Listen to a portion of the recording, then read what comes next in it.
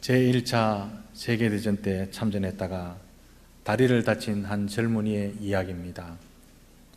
이 젊은이는 군인 자신을 부르기 전에 수도사가 되는 것이 꿈이었죠. 그러나 불행하게도 전쟁터에 가서 다리를 다치고 난 이후에도 그 꿈은 지울 수가 없었습니다. 그래서 수도사가 되기 위해서 수도원에 지원을 했죠. 그런데 응시할 때마다 이유를 모르겠지만 낙방하고 낙제를 하고 말았습니다. 수도원이 어떻게든 그 꿈의 수도원에 들어가야 되겠다 생각했던 그 젊은이는 하는 수 없이 수도원의 요리사로 들어가겠다 지원을 합니다. 허드렛 일을 하겠다는 거지요. 그는 요리사로 수도원에 들어온 것 그것만으로도 하나님 감사합니다. 늘 기도하고 기쁨이 충만해서 즐겁게 요리를 만들었습니다. 늘 기도하며 감사했습니다. 가령 장을 보러 갈 때 하나님 감사합니다. 좋은 재료 사서 수도사들 건강을 지킬 수 있도록 도와주시옵소서. 그렇게 기도합니다. 그리고 설거지할 때도 하나님 이렇게 그릇이 깨끗해지는 것과 같이 저도 그리스도의 보혈로 늘 깨끗함을 유지할 수 있도록 도와주시옵소서. 장작불을 피워서 밥을 할 때 하나님 저 불이 활활 타오르는 것처럼 내 생애 속에도 성령의 불이 활활 타오르는 그런 인생 되게 하옵소서. 늘상 이렇게 기도하는 거죠. 일상의 모든 일을 주님께 기도하면서 살았습니다. 놀라운 결과가 있었습니다. 세월이 지난 이후에 무시로 기도하던 그 요리사가 결국은 그 수도원의 원장이 되었다는 실제적인 이야기가 있습니다. 많은 사람들 시간 맞춰 기도하지만 이 요리사는 요리할 때도 깨어 있을 때도 불을 지필 때도 기도하니까 하나님의 영성을 닮아갈 거지요. 그는 과연 원장의 자격이 맞다. 그래서 원장이 되었답니다. 사랑하는 성도 여러분, 요즘 세상이 바빠서 기도할 시간이 없습니다. 그렇게 말씀하시면 안 됩니다. 기도할 시간이 없어서 그만큼 바쁩니다. 이 말은요, 내가 너무너무 바쁘게 운전하기 때문에 휘발유 넣을 시간이 없다고 그렇게 말하는 것과 똑같습니다. 성도는 크고 작은 모든 일에 기도로 임하는 사람이라는 뜻입니다. 사랑하는 성도 여러분, 산에 걸려서 넘어지는 사람 아무도 없습니다. 그러나 작은 돌뿌리에 걸려 넘어지는 경우는 허다하지요. 그다란 산 때문에 시험에 드는 사람 없는데 조그마한 돌뿌리에 걸려 넘어져서 시험 드는 사람은 참 많습니다. 마찬가지로 큰 문제에 걸려 넘어지는 그런 경우는 거의 드물고요. 자질구레한 일, 별 아닌 그 일에 넘어지고 시험에 드는 경우는 상당히 많다는 것이죠. 왜 그렇습니까? 돌멩이 같은 자질구레한 일상적인 일과 자그마한 인간관계를 위해서 기도하지 않기 때문에 시험에 들고 넘어지게 된다는 말씀입니다. 그래서요, 성도는 말을 꺼낼 때, 작전을 짤 때 다 기도함으로 하나님께 허락을 받아야 될 사람, 그 사람이 성도인 줄로 믿습니다. 그래서 기도하는 성도들은요, 함부로 움직이지 않습니다. 함부로 말을 내뱉지도 않습니다. 기도는 성도의 영적 호흡이다. 이런 말씀 많이 들어보셨을 겁니다. 호흡을 멈추면 살 수 없는 것과 똑같이 기도가 중단되면 그 사람에게서 영적인 것을 기대할 수는 전혀 없습니다. 기도하는 사람에게 교회의 일을 도모하고 기도하는 사람과 더불어 미래의 계획을 짜고 어리석은 일이고 시간 낭비입니다. 영의 사람이냐 육의 사람이냐라고 하는 것은 기도하고 있느냐 여기에 달려 있는 줄로 믿습니다. 그래서요, 교회와 성도에게 기도는 필수적인 것이지요. 사랑하는 성도 여러분, 지금이 평안할 때라고 생각하십니까? 빨리 그 착각을 깨야 합니다. 우리 눈에는 보이지 않지만 기도하는 영성 있는 사람 눈에는 보이기를 영적 전투 중임을 깨닫게 됩니다. 그것도 치열한 영적 전투 중입니다. 치열한 영적 전투 중이고 교회와 성도는 원하든 원하지 않든 그 영적 전투에 예수 그리스도의 군사로 참전하고 있다는 사실을 기억하시기를 바랍니다. 나는 몸이 약하기 때문에, 나이가 많기 때문에 나는 영적 전투에서 나는 빠질랍니다. 안 됩니다. 나는 별 재주가 없기 때문에 영적 전투에서 방위로 있을랍니다. 그것도 안 됩니다. 영적 전투에는 현역밖에 없습니다. 몸이 약하든 나이가 많든 다 현역군이라는 사실을 기억하시기를 바랍니다. 기도는 영적 전투를 치르고 있는 성도의 무장 상태를 보여주는 거죠.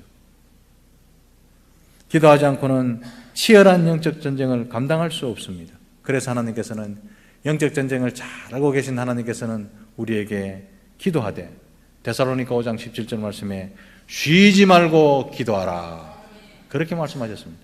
왜 이렇게 말씀하셨을까요? 영적 전쟁이 쉬고 휴전이 없기 때문에 그런 거죠. 쉬지 말고 기도하라.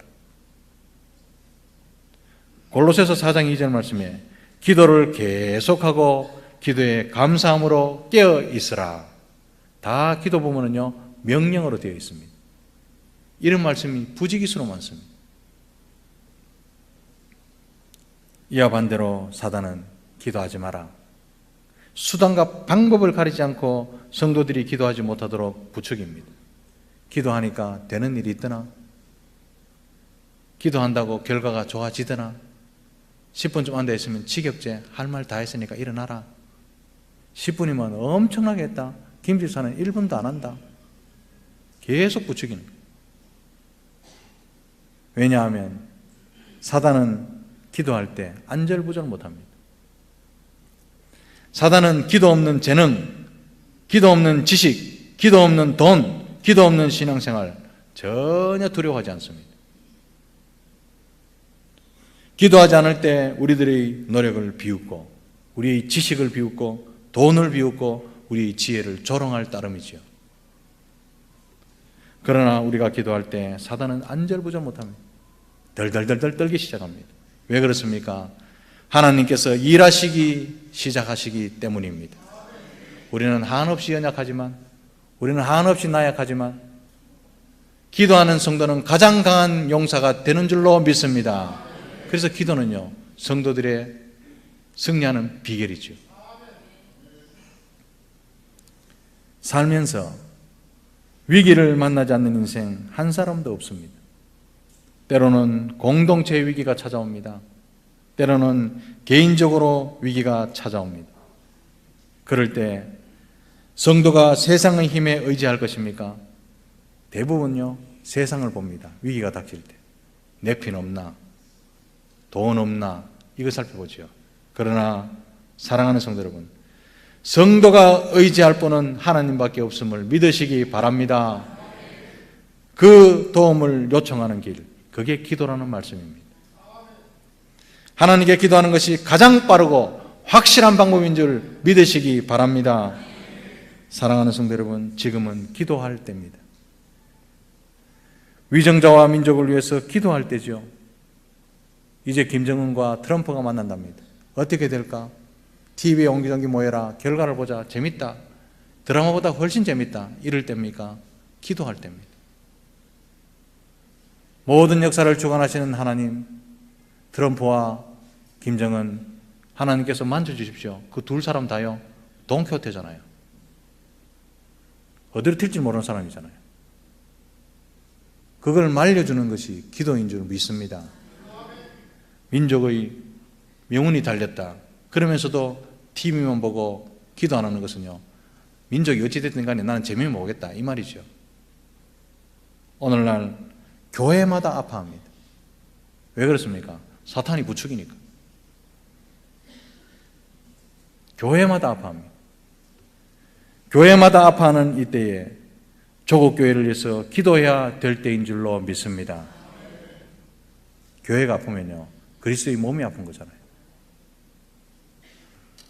본문은 베드로가 만물의 마지막이 가까운 지금은 기도할 때다 그렇게 강조하고 있습니다. 사도 바울은 디모데후서 3장 1절 말씀에 이 종말의 시기를 고통의 때라고 표현했습니다. 말세의 고통의 때라는 것은 거룩하게 살고자 하는 성도에게만 고통의 때라는 뜻이 아니고 육신대로 사는 자들, 자기 마음대로 사는 자들에게도 고통의 때다. 그 말입니다. 그 이유가 디모데후서 3장 2절에서 4절 말씀에 쭉 나오죠. 고통의 때의 특징인 디모데후서 3장 2절에서 4절 말씀을 살펴보면요, 맨 먼저 나오는 말씀이 자기를 사랑하며, 사람이 자기를 사랑하며, 맨 마지막이 쾌락을 하나님보다 더 사랑하는 것이라고 말씀합니다. 그러므로 말세가 고통의 때가 되는 이유가 뭡니까? 다 이기적이고 다 자기 중심의 본성으로 돌아가기 때문에 그 고통을 불러들였다 이 말입니다. 이타적으로 살고 이웃을 위해 살고 하나님 위해 살면요, 가진 것이 없어도 행복합니다. 하나님의 평안을 누릴 수 있습니다. 그러나 이기적으로 살고 자기 중심적으로 살면요, 내 뜻대로 안 되면 고통스럽습니다. 100억을 벌어도 200억 보면은 200억 번 사람 보면 고통스럽습니다. 아파트 10채에서도 11채를 사야 되는데 11채를 못 채우면 고통스럽죠. 그래서 불러드는 것이 말세는 고통의 때다 이런 뜻입니다.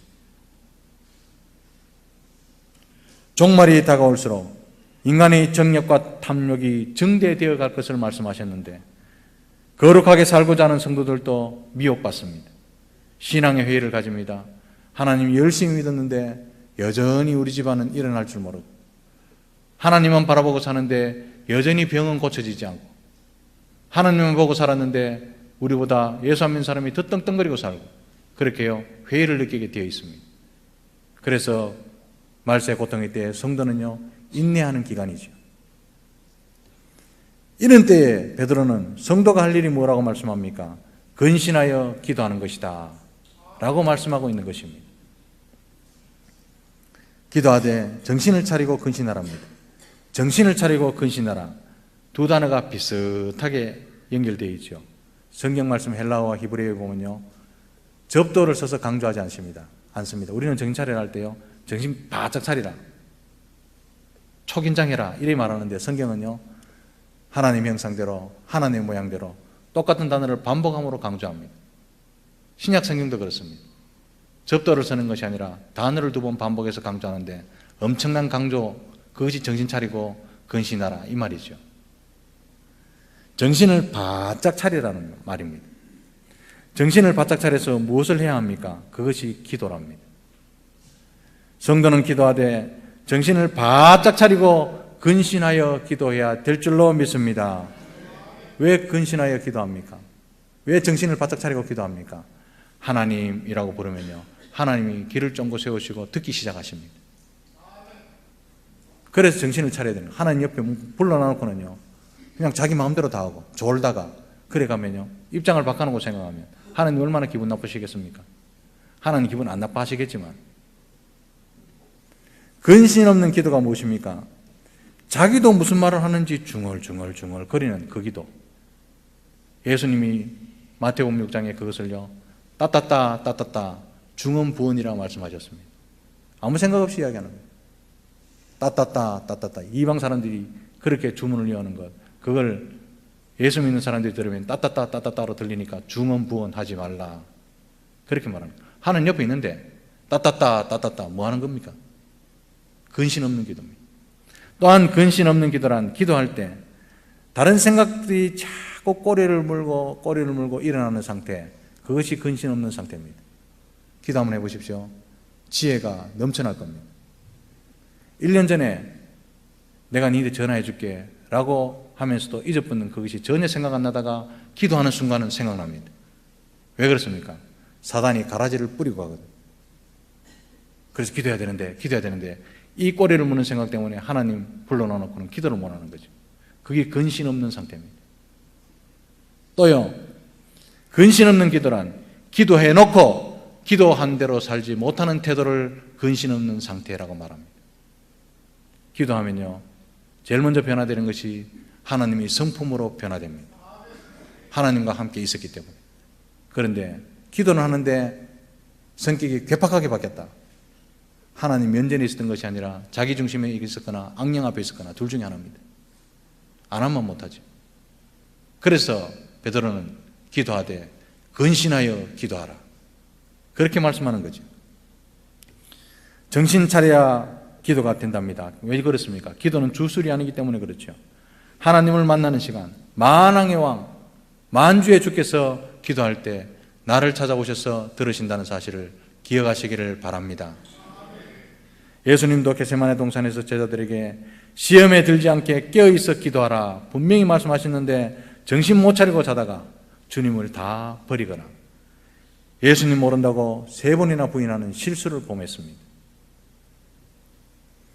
누가복음 21장 36절에 예수님께서는 이러므로 너희는 장차 올 이 모든 일을 능히 피하고 인자 앞에 서도록 항상 기도하며 깨어있으라 말씀하셨습니다. 오늘날 종말의 징조는 더욱더 또렷해지고 있습니다. 하와이에요. 화산이 폭발하고 용암이 분출됩니다. 이 하와이는 환태평양 조산지대가 아닙니다. 그런데 과테말라에서도 터졌습니다. 이게 몇 년 전에 아시아에 터졌는데 한 바퀴 돌고 있죠. 각처에 기근과 지진이 일어납니다. 이 모습을 보고 비행기 타지 말자, 그리스도인이 이래야 되겠습니까? 때가 가까웠다. 이렇게 느끼는 것이 그리스도인인 줄로 믿습니다. 준비된 사람에게는 그날과 그때가 문제가 되지 않습니다. 사랑하는 성도 여러분, 단순히 교회에 다니는 것에 만족하지 마시기를 바랍니다.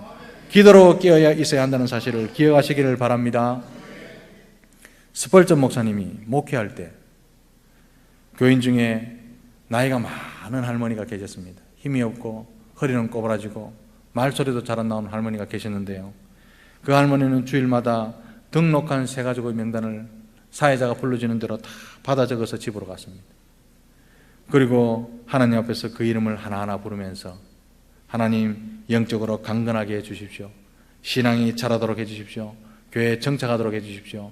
사랑의 사람이 되게 해주십시오. 늘 기도했습니다. 그야말로 이름도 없이 빛도 없이 평생을 기도로 목회와 교회를 섬긴 거죠. 이 할머니의 장례 예식 때 스펄전 목사님이 이렇게 말씀을 하십니다. 이 할머니는 나의 목회에 가장 훌륭한 동력자요, 우리에게 가장 훌륭한 일꾼이었습니다 라고 말했답니다. 사랑하는 성도 여러분, 기도하는 것이 가장 큰 동력임을 기억해 주시기를 바랍니다. 이 마지막 때에 교회를 위해서 기도하는 큰 일꾼들이 다 되어주시기를 주님의 크신 이름으로 축복합니다.